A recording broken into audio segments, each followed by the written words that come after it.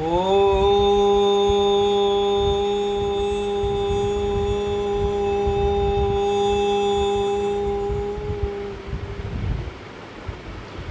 ब्रह्मा मुरारे त्रिपुरांतकारी भानुः शशि भूमिसुतो बुधश्च गुरुश्च शुक्रः शनिराहुकेतवः सर्वे ग्रहा शान्तिकरा भवन्तु। आदित्यादि नवग्रहेभ्यो नमो नमः। मित्रों,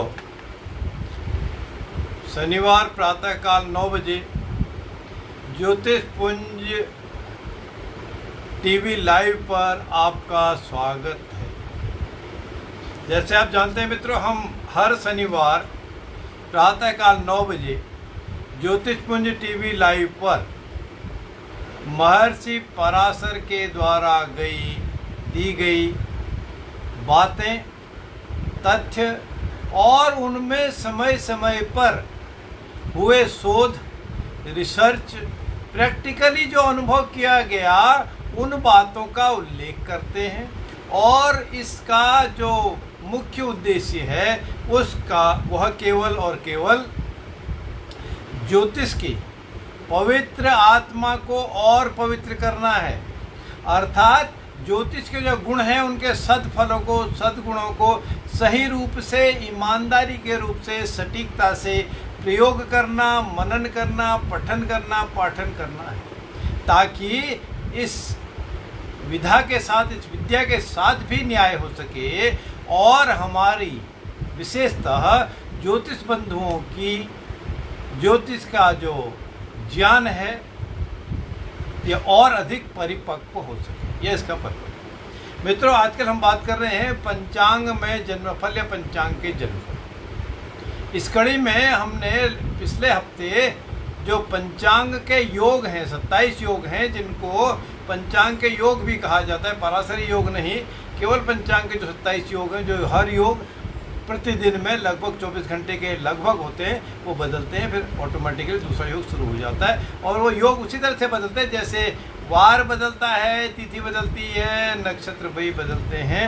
योग भी इसी तरह से बदलते हैं। और ये चारों चीज़ें, वार, तिथि, नक्षत्र, योग, चारों चीज़ें लगभग 24 घंटे तक विद्यमान रहती हैं।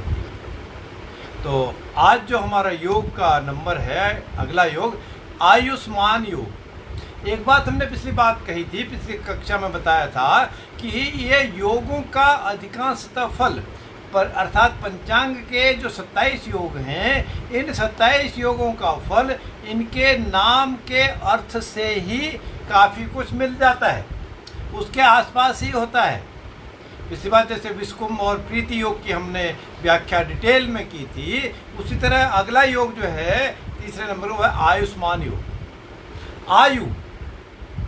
आयु मीन्स लॉन्जिविटी। लॉन्जिविटी का क्या मतलब है? पूरे जीवन काल का विस्तृत विवरण। आयु का मतलब केवल स्पैन ऑफ लाइफ ही नहीं है, बल्कि उसके उस जातक जातिका के जीवन काल में घटित होने वाली सारी घटनाओं, सुख हो, दुख हो, खुशी हो, गमी हो, जो कुछ भी हो, जैसे भी हो, जितना भी हो, वह सारी चीज़ें विद्यमान, और उसी चीज़ को पढ़ने का यह पवित्र कार्य एक योगी ज्योतिषी का है। इसीलिए हम उन योगों को पढ़ रहे हैं, और उन योगों को पढ़ने के बाद, अर्थात पंचांग के पांचों अंगों का विस्तृत अध्ययन करने के बाद, उनका प्रयोग करने के बाद, फिर हम अपनी वाणी से, अपने कर्मों से, अपने मन से, अर्थात मनसा वाचा कर्मणा, हम ज्योतिष की विधा को और अधिक बढ़ाने में, परिपक्वता लाने में सक्षम होंगे, और प्रेडिक्शन लेवल हमारा जो होगा और अधिक मजबूत, अच्छा, अधिक होगा। चलिए अब आयुष्मान हमने संधि विच्छेद किया, बाइफरकेट किया। आयु मीन्स उसके जीवन काल में जो कुछ भी घटित होगा। आयुष्मान दीर्घायु, लंबी आयु वाला। और लंबी आयु कैसे हो सकती है? लंबी आयु यस पूर्णायु है, शतक उसने लगा लिया। कुछ भाग्यशाली शतक को भी क्रॉस कर जाते हैं, कुछ शतक के आसपास भी पहुंच जाते हैं। तो आयुष्मान जब भी कोई प्रणाम किसी को करते हैं, प्रणाम करने में क्या मिलता है? अपने से बड़ों को जब आप प्रणाम करते हैं या आपको कोई करता है तो 2-3 मुख्य बातें हम अक्सर कह देते हैं। जो मॉडरेट लोग हैं, गॉड ब्लेस, अर्थात भगवान आपको बनाए रखे, भगवान आपका भला करे।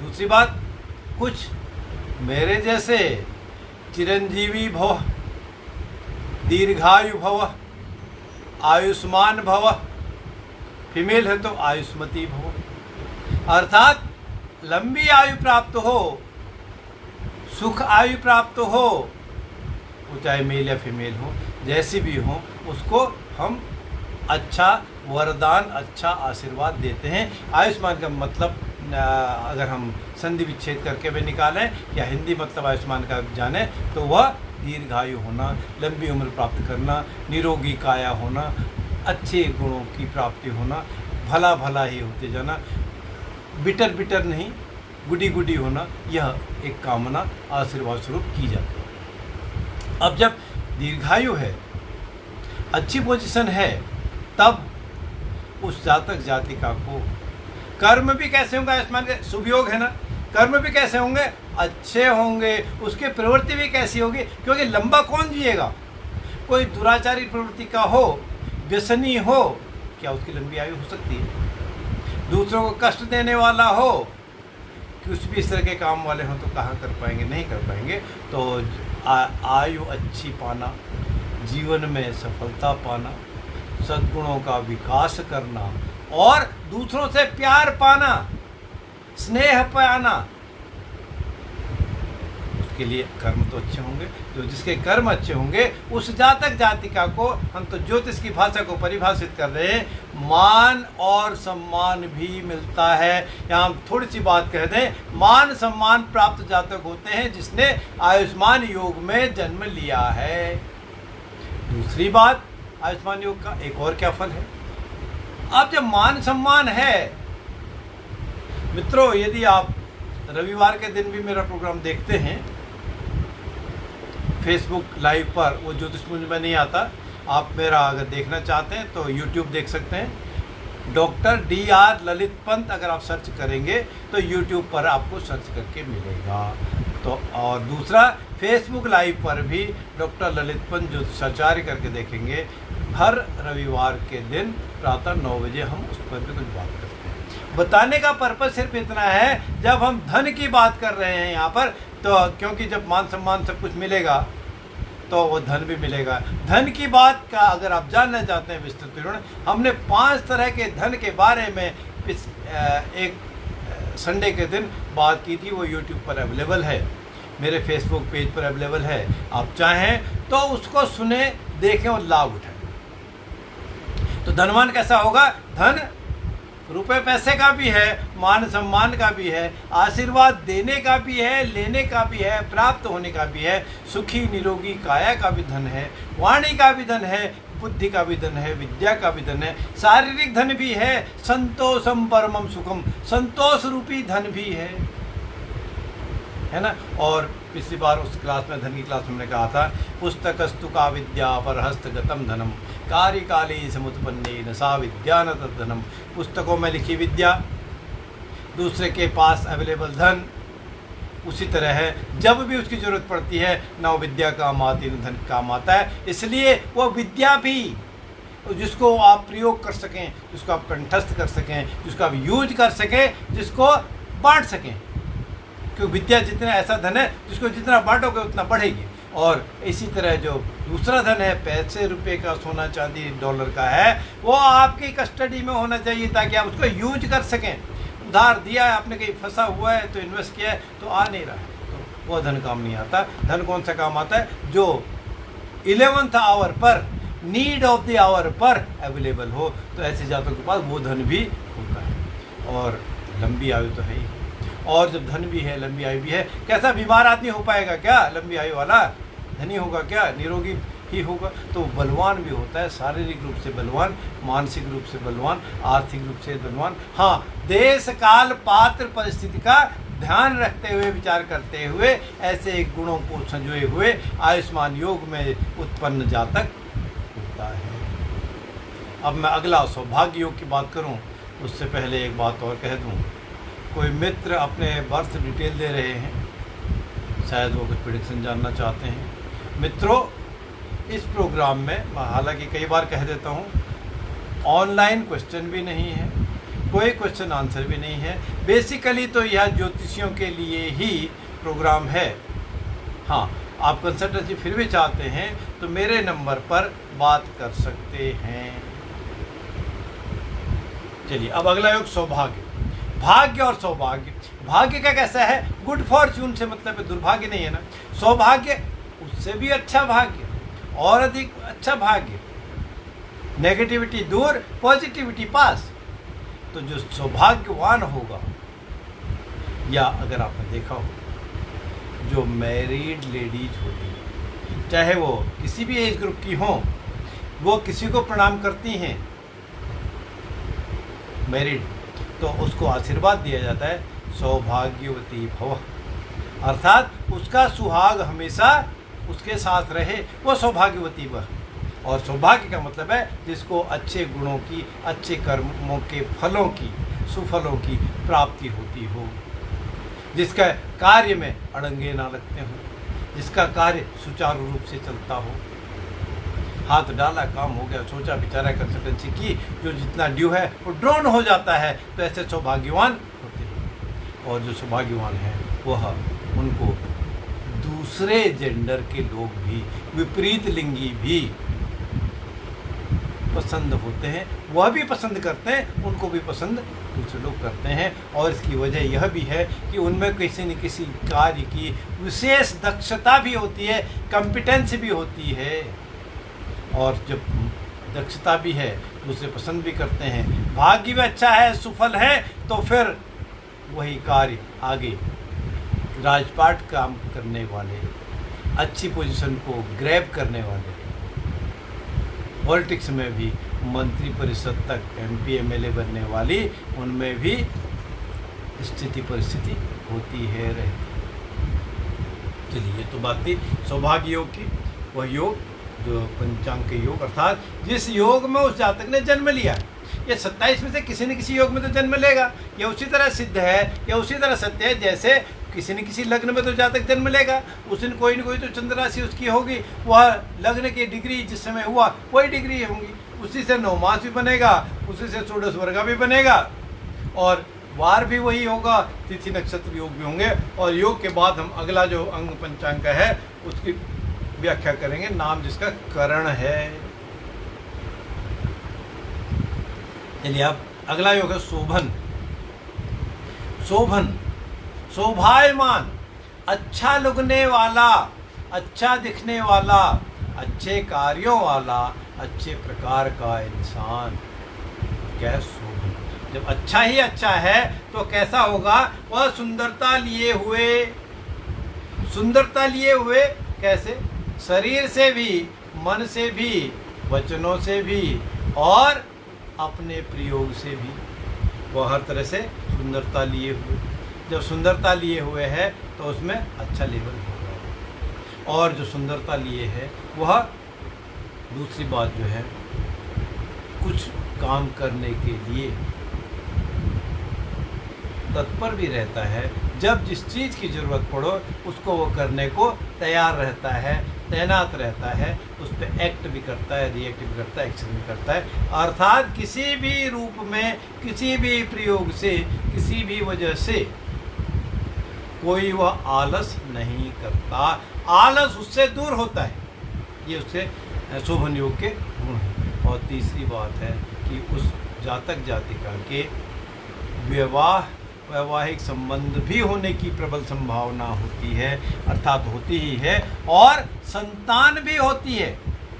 पुरानी बात तो पुराने ग्रंथों में तो कह दिया पुत्र तथा स्त्री युक्त, उसका मतलब है ब्रॉडर सेंस में लें, संतान युक्त पुत्र से मतलब है, और स्त्री का मतलब है उस जातक जातिका का विवाह तथा वैवाहिक संबंध होना, क्योंकि स्त्री जातक की कुंडली है तो उसका पति होगा और पुरुष जातक की है तो पत्नी होगी, तो वाइस वर्षा है। तो शोभन युग में जन्म लिए हुए जातक ऐसा होते हैं।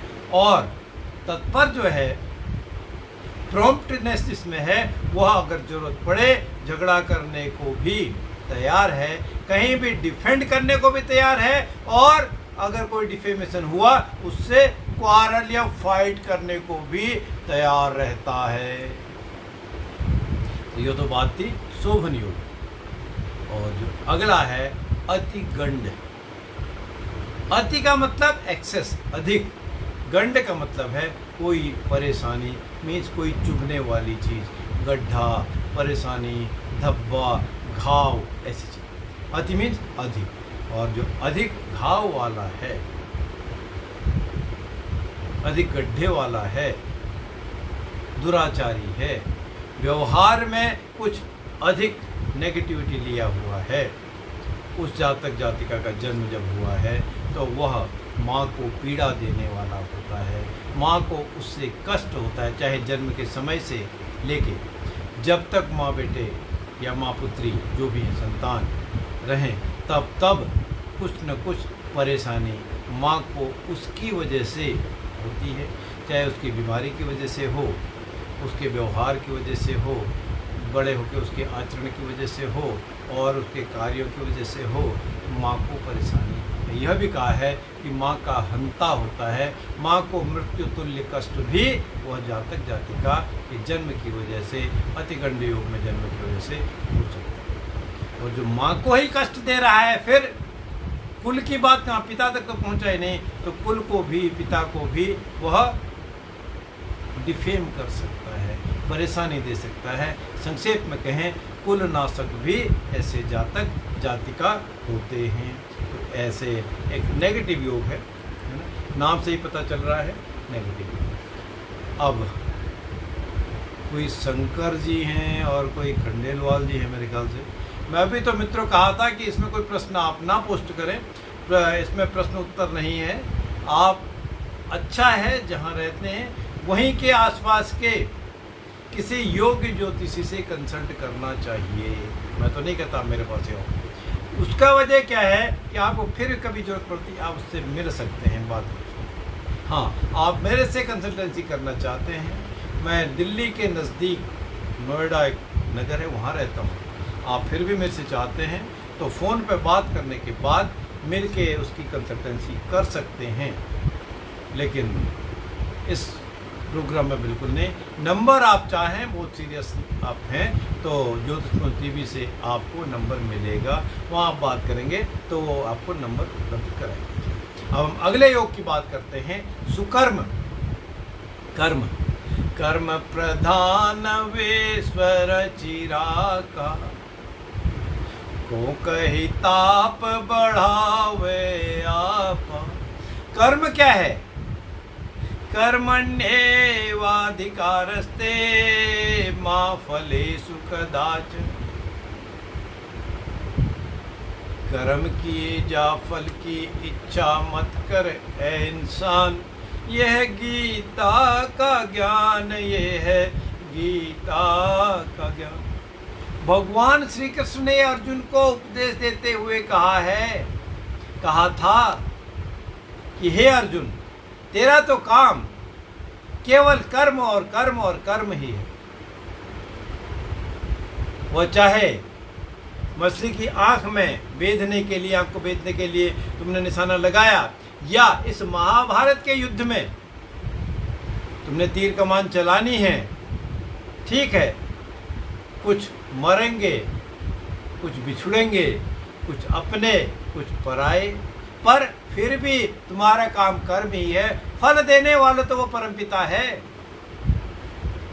इसलिए कर्म करते जाओ। अब सुकर्म वाला कैसा है? सु माने अच्छा, कर्म मीन्स कर्म करने वाला। सीधी सी बात है, अच्छे कर्म करने वाला, सत्कर्म करने वाला, प्रिय कर्म करने वाला, ऐसे कर्म करने वाला जो जिसकी वजह से दूसरे को कष्ट ना हो, जो दूसरे को तकलीफ ना दे, तो आप सुकर्मा कह सकते हैं। सुकर्म योग कैसा है? सुकर्म योग में जो जन लेगा उसके कर्म साधारणतया देश काल पात्र परिस्थिति का ध्यान रखने के बाद अच्छे ही होते हैं। और जो जातक अच्छे कर्म करने वाला होगी, वो कैसे होगी? स्नेही भी होगी, अफेक्शनेट भी होगी, वो किसी दूसरे को भी प्रिय होगी, उसको भी दूसरे लोग पसंद करेंगे, और सुशीलता सज्जनता तो उसमें भरपूर होगी ही। और साथ साथ जो सत्कर्मी भी हो, सुशील भी हो, प्रिय खुद भी हो, दूसरे भी करते हो, स्नेही भी हो, सुशील भी हो, तो फिर उसके पास गुणों की तो खान है, बहुत सारे गुण उसमें हैं, अर्थात वो गुणकारी औषधि की तरह है, या गुणवान है, गुणशील है, गुणी है, और जिसके पास ये सारी चीज़ें अवेलेबल हों, उसके पास कमी किसी चीज़ की नहीं है, तो वो जातक जातिका भोग तथा उपभोग करने वाले होते ही हैं, अर्थात भोगी भी होते हैं। तो मित्रों, आज हम पंचांग के इतने योगों की बात करेंगे। अब आज हमने बात की आयुष्मान योग, सौभाग्य योग, शोभन योग, अतिगंड योग और सुकर्म योग। आने वाले शनिवार के दिन हम आगे के कुछ और पंचांग के जो योग हैं 27 योगों में से, उनकी चर्चा करेंगे।